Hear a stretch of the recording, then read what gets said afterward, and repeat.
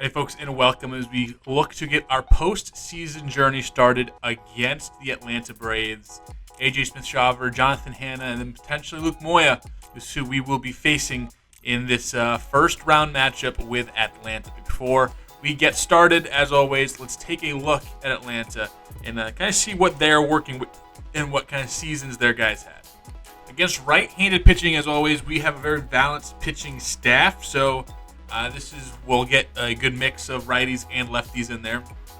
Willie Castro moved to left field this year to make room for Tamar Johnson and just kind of the rest of the team. We played this team before. We lost in the game that we saw against them earlier this year, so we do know this is a pretty good squad. Willie Castro, 247, 20 home runs, leadoff spot. Pretty good. He's going to steal a good amount of bases, almost 300 total at 41 last year, almost 40 the year before. This year down to just 27. Not walking as much, but still 60 extra base hits. He's a real good player. Chris Rotondo is going to be their DH. He's up here kind of catching on with Atlanta in the back end of his career. One of these late bloomer guys from Connecticut. Had a pretty decent season with a 7.27 OPS. Obviously, Ronald Acuna is still the dude, will always be the dude, never wasn't the dude. Another 40 double season, almost had over 30 home runs as well. Just yet to have 8 seasons in a row here, or 7 seasons in a row with just like between 90 and 100 RBIs, but never over 100 RBI. Still 30 bases, OPSing over 900. This is just one of the premier players in the league. 7 WAR season, technically his best season other than his 2023 MVP season, where he had 40 home runs and stole 73 bases. So yeah, he had a great year at age 33. Austin Riley, power continues for him. He's getting a little bit older though. But yeah, still just one of the better bats in the league. Still an OPS consistently over 800. Bo Bichette, as one of the best power hitting middle infielders we've ever seen. Clips 300 home runs this season at an 813 OPS. Tamar Johnson, his first year for his hometown Braves, or his home state Braves, coming back home. RBIs were lower, which you would think maybe wouldn't be the case because of more talent he's playing with than he did in Pittsburgh, but still kind of kept consistent 30 home runs, or almost 30 home runs, over 30 doubles, still an 862 OPS, and again, their shortstop right now. Matt Olson at first base. Age has not been kind to Matty O. However, this is his first real true down season. And, just was living in the high 40 home run range plus for a good portion of his Atlanta career. 54 with the Braves, his second season, absolute tank. This year, still an 800 plus OPS, but now down to under 20 home runs in 105 games. Power is escaping him a little bit, but still dangerous guy. Brenton Doyle, former friend Brenton Doyle, now on his second team after us, and he's put together some good seasons after we let him go. Has been a league average bat, which is exactly what he needed to be to have super true value. Jumped up in home runs the last couple of years after really only hitting 14 with us, and that was his peak. Still one of the best fielders in the game, still one of the quickest guys in the game. Has really just found his bat, which is good for him. And then Drake Baldwin. It was Ralphie Velasquez, which he is the catcher against lefties, but Drake Baldwin against righties. 83 games this year after having a couple cups of coffee earlier in his career. 8 home runs, nothing really too great. Against lefties, it doesn't really jazz up whole too much. Really, Dana Ortega comes in. He had 46 games with them last year. Is a good bat against lefties, a fantastic arm, not a great fielder at third base. He just comes in and improves. And then Ralphie Velasquez, we traded him off in his first, season, getting some more consistent at bats. Played about 50 games each season with us. Came out, basically doubled his total this year. 7 home runs, 23 RBIs, or 29 RBIs, excuse me. But still, 98 strikeouts in 94 games. Logan Kearney, he's on the bench. Ignacio Nacho Alvarez on the bench as well. And that does it for their lineup. Rotation looks something like this. It's AJ Smith-Shawver. He's going to be their number one. Don't really have that true ace on the team. So this is where I think we can separate ourselves and let our offense kind of dictate this one. In a contract year, had a 3.63 ERA, pretty good player. Jonathan Hanna, one of the guys that they have drafted and developed, a pretty solid season for his first real true crack at it. He looks like he's going to be a pretty good player. Luke Moya, another one of those guys that they have developed, his first year in the bigs. He has a lot of promise to him. We should be seeing him in Game 3 if we get there. 4.83 ERA. We're not really going to focus on these other guys. We're not going to face them, but this looks like a homegrown rotation.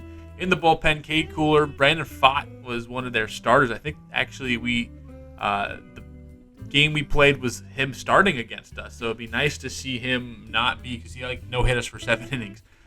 Jared Kelly as well coming in there. Spencer Schwellenbach. So a lot of usual starters, so they can get a lot of good production. Garrett Whitlock as well has been in the A for a little bit, and he's had a real nice career sticking as a starter. Drew Hackenberg, and then really their only 2 true relievers are Zach Jackson, who has a 3.28 ERA, pretty good, and Cionel Perez, who has 7 saves and a 1.66 ERA this year after not really, this is by far, well, not by far, because in 2022, in 66 games, had a season like this, but this is easily his best season in like 10 years. So I think this is a beatable team, especially with the pitching wise. We just have to make sure our pitchers, who haven't been super successful and super consistent this year, can pull things together. So offense is going to be the tail of this series. Is who has more is who's going to win.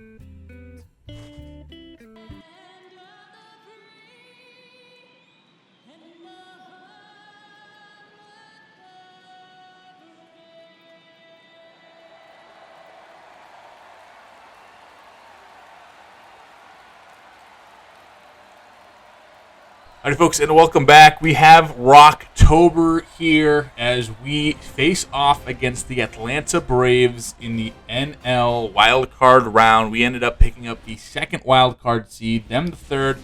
They collapsed in September. They had a healthy lead over the Miami Marlins for the division and then ended up basically pissing it away. With a very, very, very tough September. We had a date with them in August, I believe. It did not go well for us, but we are looking for revenge, and they are looking to redeem themselves after a very tough last month of the season.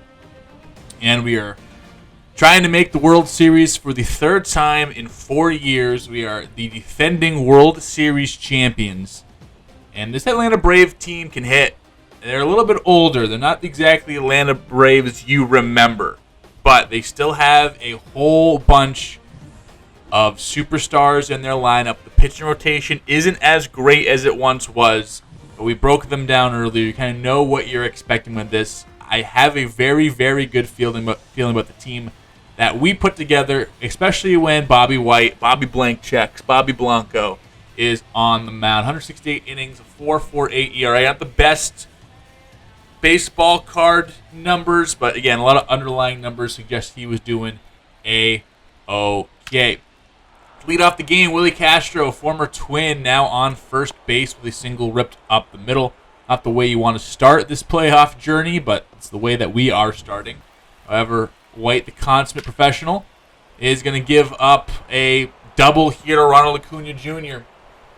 Troy Wood gets to it and is able to keep Castro at third base. So now you got runners threatening to begin the frame. And it's not the best start from Bobby White. We needed better. We thought that, when we see what we've seen from him in the playoffs would counteract what we saw from him in this regular season. But not off to the greatest of starts. Austin Riley, 0-2 count. He killed us back in August. Jammed up Amador. Ranges all the way back. What a great play by him. Not only makes the play, gets the out, but keeps the runners from advancing, quickly throwing it back into home. Then Bo Bichette late on the fastball, two-seamer in. So we do give up some base runners. They do threaten. However, Bobby White able to get out of the jam with the two-seamer inside, and we are still scoreless after the first half frame. White doing everything that he can to keep the Rockies in this one. 2 hits given up, no runs. All I care about. For the Braves, they'll be trotting out A.J. Smith-Shawver. 3.63 ERA. Not going to strike a whole bunch of people out. Came to 28 different decisions. 13-15 this year in 33 games. Started, obviously, the record not mattering as much. What did you do in your innings pitched? He was pretty good. And we have to get to him early. Adele Amador, he is going to take ball 4 and lead us off here with a walk after Troy Wood was out to begin the game. Jazz Chisholm with 2 outs, however, is late on a fastball, and we don't do anything in our first inning. So zeros on the scoreboard for both teams. Who breaks the ice first? You're just going to have to wait and find out. New free agent signing Tamar Johnson lead us off. He is out. Matt Olson, the longtime Brave, he goes the opposite field. Remember, in our first season or second season, he had 4 home runs here in Coors Field in one of the worst games that we played in 7 years, 8 years. And he is still back to terrorize us. Not a lot of great memories against these Brave squads. However, Drake Baldwin, the catcher against righties for their playoff journey, he is going to ground out, and that will do it for the inning. Another hit added to the hit column, but no runs added. We will take that. Nolan Gorman leads us off in the second inning, and Olson has trouble with it. Usually a sure-handed fielder. He just can't get Gorman out, and it's going to go down as a base hit. Probably should have gone down as an error, but I don't make those decisions.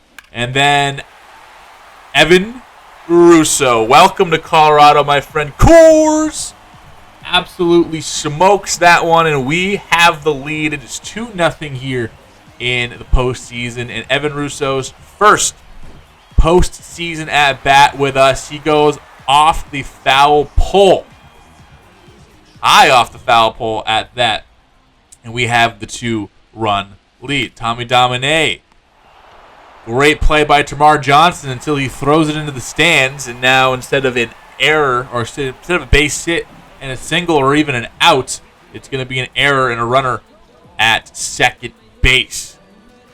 Johnson did everything he can. Usually was profiled more as a second baseman. He would have had the time too, especially with Domine running. I think he could have waited a little bit longer.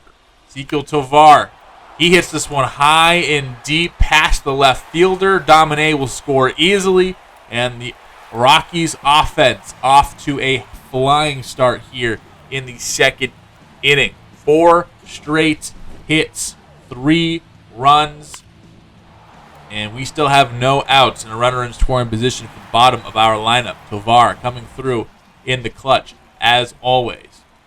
Braves finally pick up an out, and then Troy Wood beats Austin Riley at third base. Goes right down the line, allows Tovar to score just ahead of the throw in from left field, and Troy Wood adds to our lead. It's now 4-0. Inside breaking pitch, he stays on it, flicks it right down the line. This is exactly what we wanted from him, and he has been the perfect replacement for Stephen Kwan. Grounder up the middle that should have, or over to first base, should have been a double play, but Olson yanked the throw.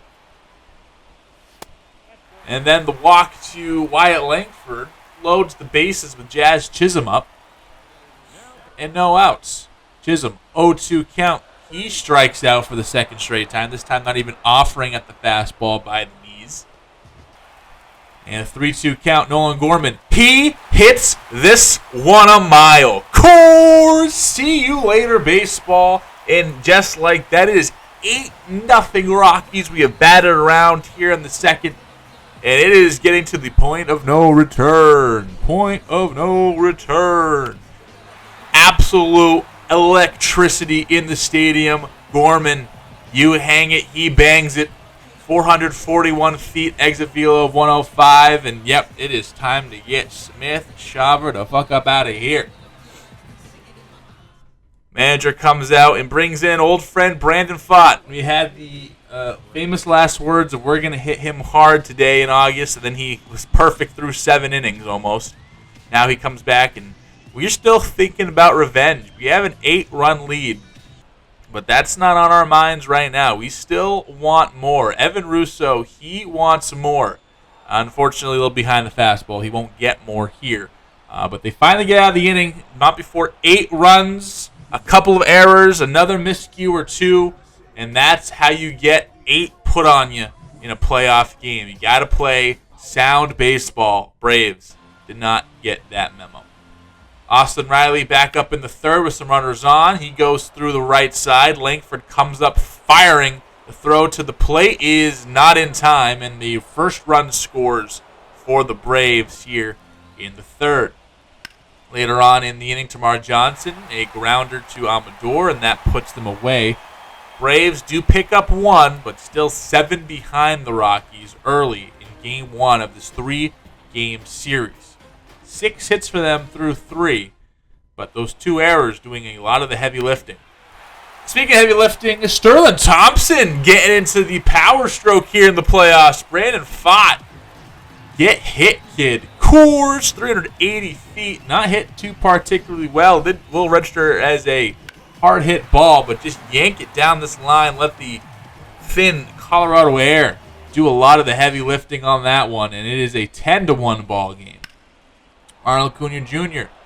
to right field. This will drop in front of the track, bang up against the wall. Langford gets to it quickly. Another run will score, and it'll be a double for Acuna Jr. However, still an 8-run deficit for the Braves. Bichette, center field. Chisholm on his horse, racing back, puts the glove up and makes the play. Chisholm getting older, but still a very good glove out there in center field, and he makes a play that it was a fly ball he just tracked down, but that's not a routine play by any means. Speaking of not routine plays, hitting that ball that hard the opposite way by a second baseman, not routine at all. Coors! Adele Amador, 415 feet, 101 off the old wood, and went the other way with it. And it is a bloodbath here in Colorado as we storm out and stomp out the Atlanta Braves in Game 1. We fast forward all the way to the top of the ninth. They had a run. It was 11-3. Marco Garcia got in there for the last couple of innings, strikes out the final batter he faces, and fly that W. Taking the playbook out of the Chicago Cubs as we defeat the Atlanta Braves, who have not had a good month, and we just keep that rolling into October. A fantastic performance by our offense. Pitching did enough. They got hit around a lot. I mean, it's weird that you get out hit, but also win the game by 8 runs. Doesn't happen too often. But we did enough, and that's exactly what we did. I mean, you have to have really choked pitching-wise to let a game offensively like this go to waste. We didn't.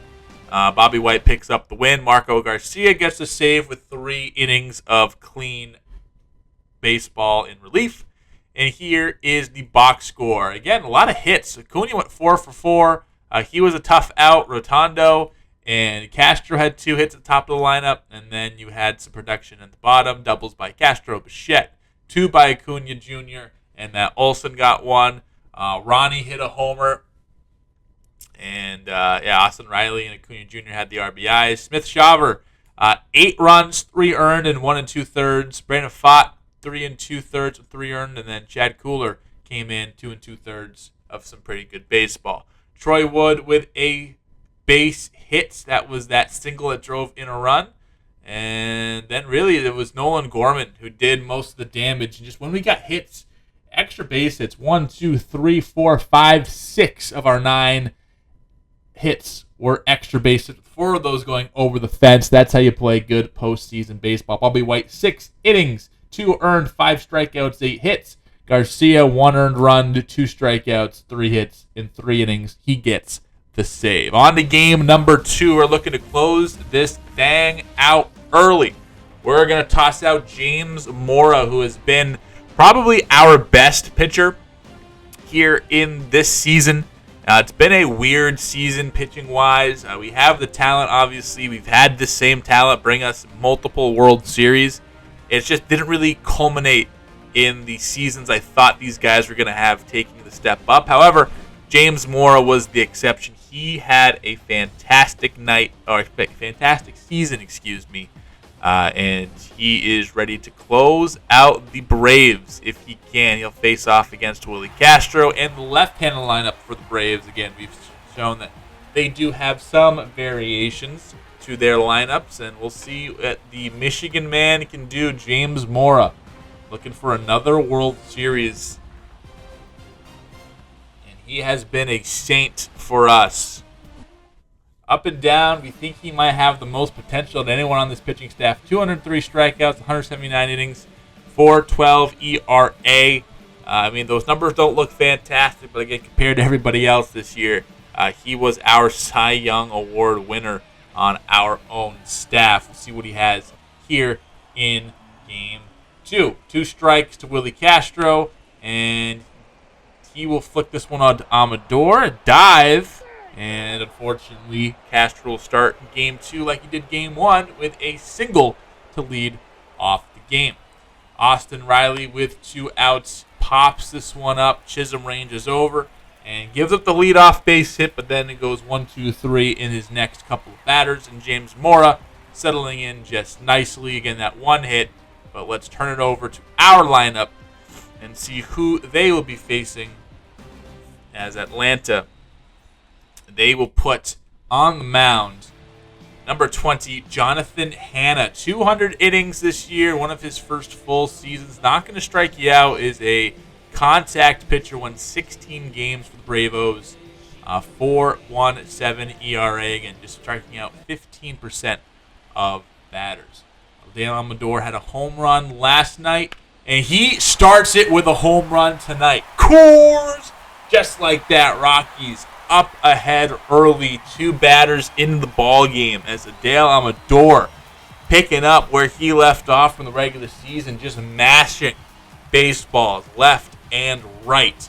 Those 407 feet, exit velo of 98 miles per hour. Not the hardest hit baseball, but hit it hard enough. His second home run in as many games here in the postseason. Left a hanging curveball that Amador did not miss, and he's just entering his prime as one of the best players in all of baseball. You cannot, I repeat, cannot give him that pitch.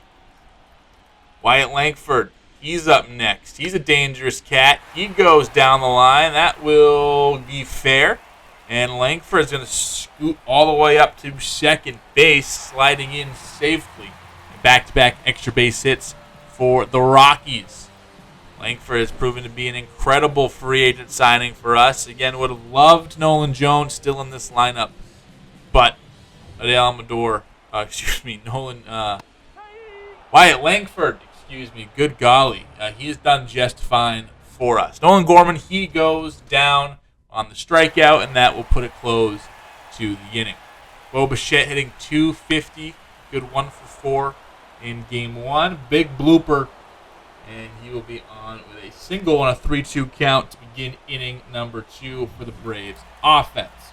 DeMar Johnson looking for his first hit. He's had some postseason success against James Moore in particular, but against us overall. Thompson able to knock it down. However, DeMar Johnson quick enough to get over to first base. Now the first 2 men reach in the inning. This is where James Moore gets in trouble. Giving up a hit, letting it all get to him too quickly. And Dana Ortega, one of those guys they bring in against lefties, mashes lefties, and he puts the Braves up 3-1 just like that. It avalanches on Mora. He has that tendency. Gives up a 460-foot shot. It's an absolute ball. I got to do it. Coors, got to respect it. Got to respect it even against the opposition. But this is where he gets in trouble. He gives some hits. You give a hit, and then another dinky hit, and then all of a sudden there's 2 men on base, and he's trying a little bit too hard, and he starts avalanching, and it ends up in a home run for the Braves. Does get Castro out swinging, but Dana Ortega has done the damage. He puts them up 2, and it's 3-1. Rockies offense needs to get back into shape and see if they can have a second inning like they did last time. Evan Russo begins us with a walk, leading up to Tommy Domine. My apologies. Domine 0-1 count.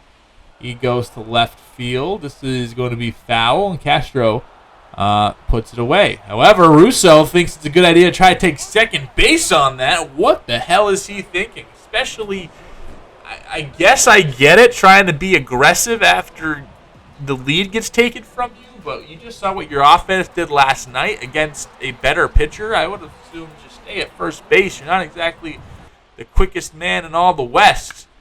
Tovar, single through. That would have been a single with 2 men on and 1 out. Now it is 1 man on and 2 outs because Russo thought he was Superman.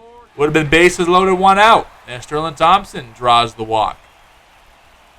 So now you have 2 men on, 2 outs for Troy Wood. He puts a grounder to shortstop. Johnson flips it to second base, and it's not in time. And just like that, probably would have been a run.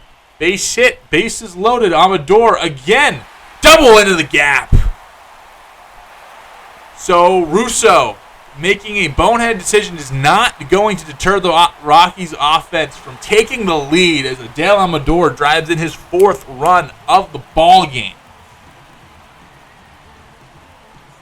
Going to right center field, clearing the bases, and this Rockies offense has been scorching down the stretch ever since the calendar flicked to July. We have been on one. Wyatt Langford, can he keep this one fair? He can! A home run for our new addition, one of our new leaders. He goes the opposite way down the line, and we put a crooked number up in the 2nd again.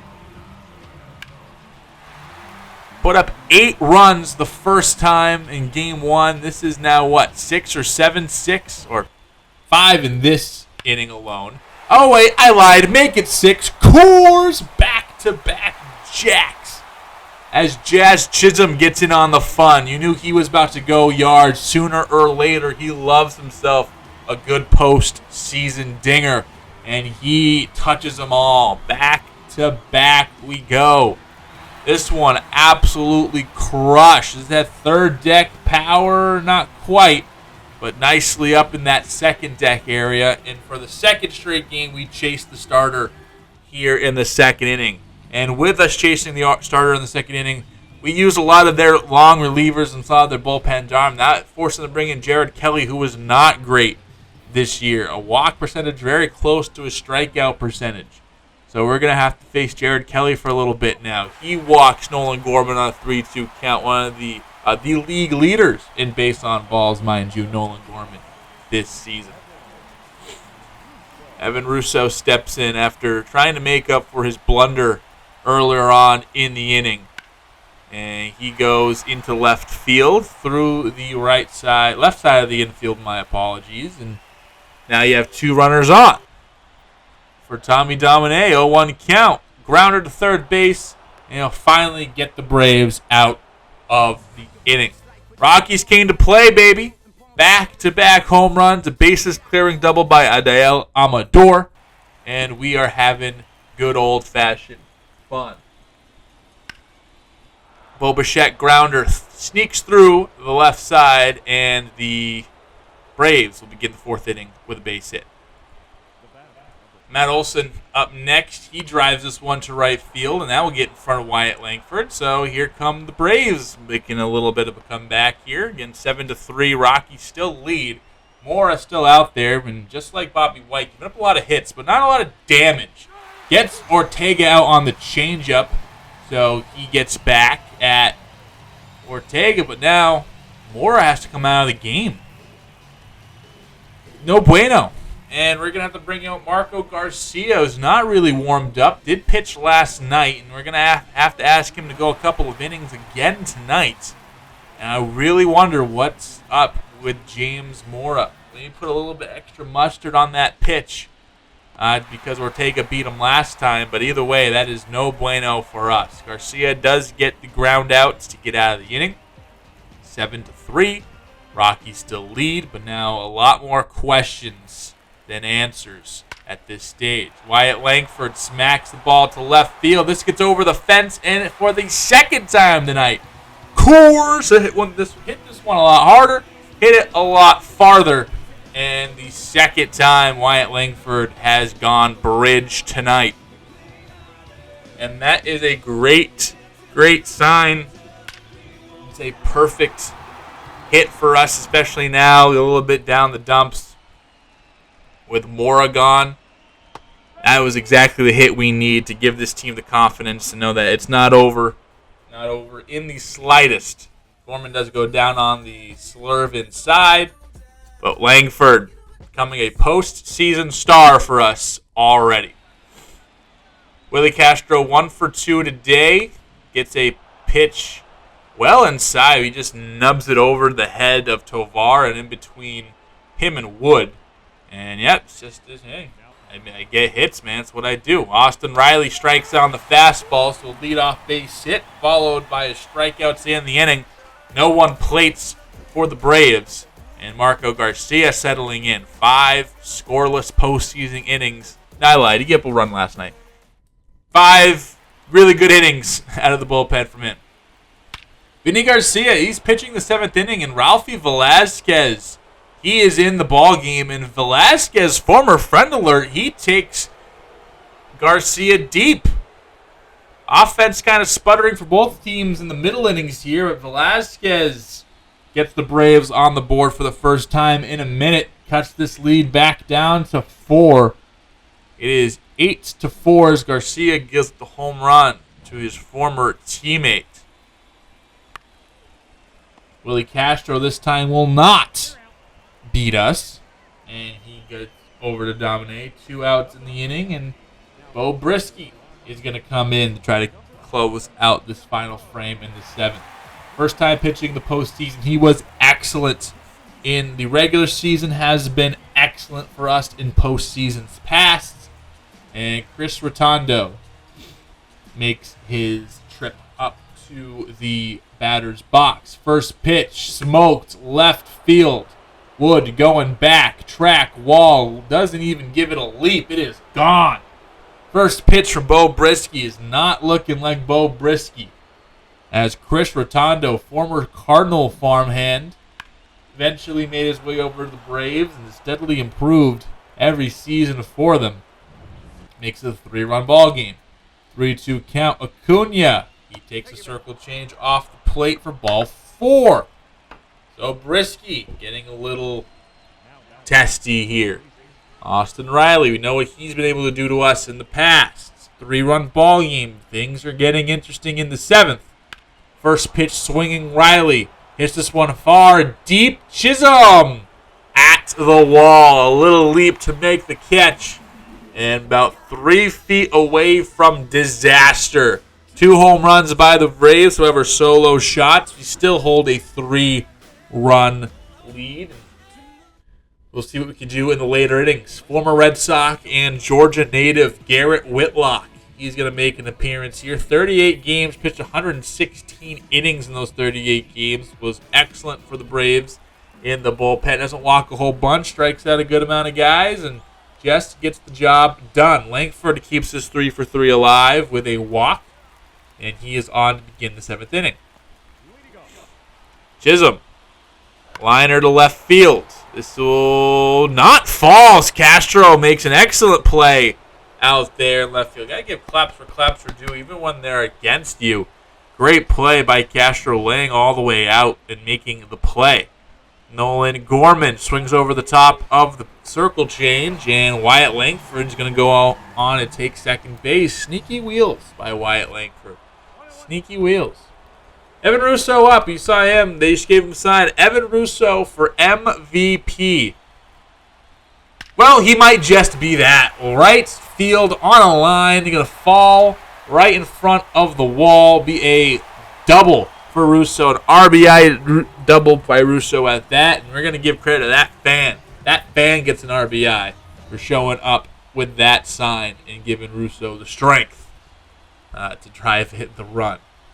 Tommy Domine is late on the fastball. Doesn't put a whole lot of juice onto it. And over is the center fielder to make the play. Russo gives us an extra insurance run as we go into the 8th inning. Back up 4.